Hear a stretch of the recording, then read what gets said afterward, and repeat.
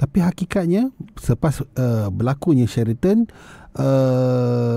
parti kelihatannya sedikit rapuh kerana berlaku ahli-ahli yang melompat keluar pergi ke sebelah kerajaan, dan pada masa tu YB memilih untuk kekal bersama keadilan.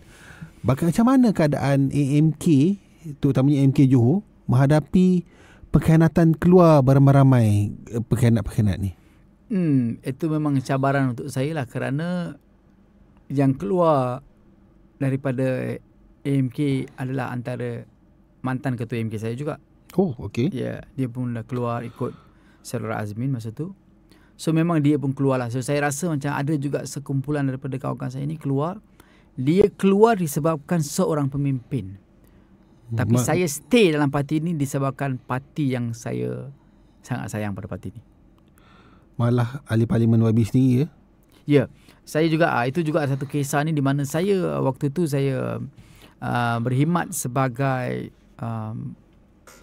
pengurus kempen ataupun pengarah pilihan raya Parlimen Segamat, dan membantu mantan ahli parlimen di mana selama setahun setengah lah saya bersama beliau membantu kempen dan juga menguruskan pilihan raya di sana. Dan syukur dia menang. Lepas menang tu saya taklah bersama beliau sebab saya pergi pun ikut atas arahan parti juga. Dan juga saya pun bersedia untuk membantu untuk memenangkan kerusi.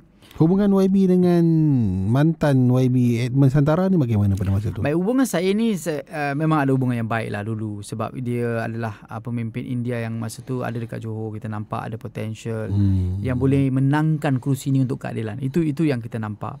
Dan beliau adalah seorang yang rajin jugalah turun padang. Dan itulah kali pertama saya rasa keadilan menang kerusi Segamat itu. Ya, itu satu cerita. Dan seperti yang ni, sebelum ni saya pernah kata saya pernah bekerja dengan Dato' Chua Juming. Dulu Dato' Chua Juming ni pengurusi MPN yang memang dia tumpukan pada kerusi Gelang Patah. Nama baru dia Iskandar Puteri lah. Memang dia bekerja sana 2-3 tahun dah kerja sana. Tapi lah waktu akhir tu Presiden minta beliau untuk bertanding di Segamat. Saya masa tu ada di Segamat pada 2013. Dan Dato' Chua Juming dia kalah dengan undi 1,200 lebih lah, lebih kurang. Dia kalah. Dan saya ada pengalaman juga waktu tu saya bergerak dengan beliau di Segamat. Dan 2018 saya pernah bantu beliau dengan saudara Edmund Santara. Saya pernah bantu dia sebagai campaign manager. Dan dia menang. Lepas tu saya dah pulang ke kawasan saya dan buat kerja untuk membantu perkuatkan balik AMK. Dan saya tak ikutlah untuk beliau menceburi ataupun ikut kerja-kerja ahli parlimen. Saya tak nak ikutlah dengan dia. Dan saya, walaupun lepas tu saya dengar dia dah lompat, termasuklah ahli parlimen saya sendiri di Tebrau pun lompat dan memilih untuk kerajaan baru masa tu, ya, dengan langkah Sheraton tu. Memang amat mengejutkan saya lah. Ya, orang-orang kiri kanan ni YB semua dah melompat ni. Kalau saya dah goyang-goyang dah. Ya, ada ahli parlimen yang saya pernah bekerja sebagai ketua cabang, sebagai ahli parlimen, rakan-rakan ramai yang lompat keliling saya. Even your senior dalam AMK pun dah lompat. Ya, senior dalam AMK ramai yang mengikut. Disebabkan apa? Apa sebab mereka lompat ni? Adalah pelbagai cerita, teori dan pelbagainya. Tapi pada pandangan saya, apakah kita boleh mengkhianati sebuah parti yang angkat kita ni? Di manakah jati diri bagi kita? Ruang.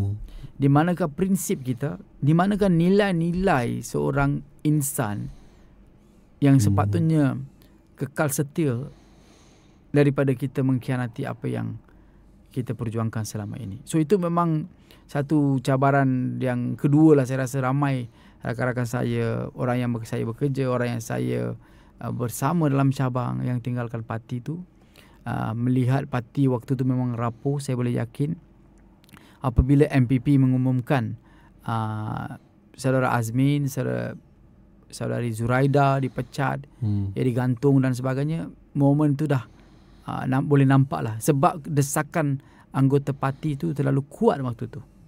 Ya, terpaksalah parti membuat satu keputusan. Di situlah mulanya langkah Sheraton dan sebagai pelbagai perkara yang melemahkan parti. Ya, kita kena ingat kita pernah menangi lebih 50 kerusi parlimen keadilan itu sendiri. Maksudnya kita ada kekuatan, ya.